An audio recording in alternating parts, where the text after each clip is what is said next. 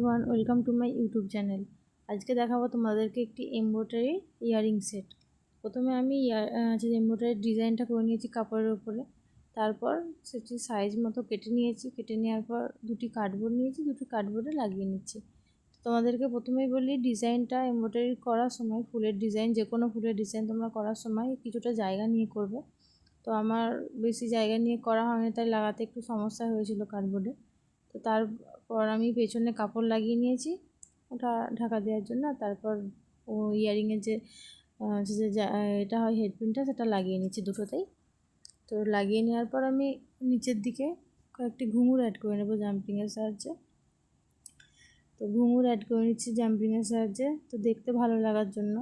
একটাতে করছি আর একটাতেও একইভাবে আমি লাগিয়ে নেব। তো আজকের ইয়ারিং সেটটি মোটামুটি রেডি হয়ে গেল।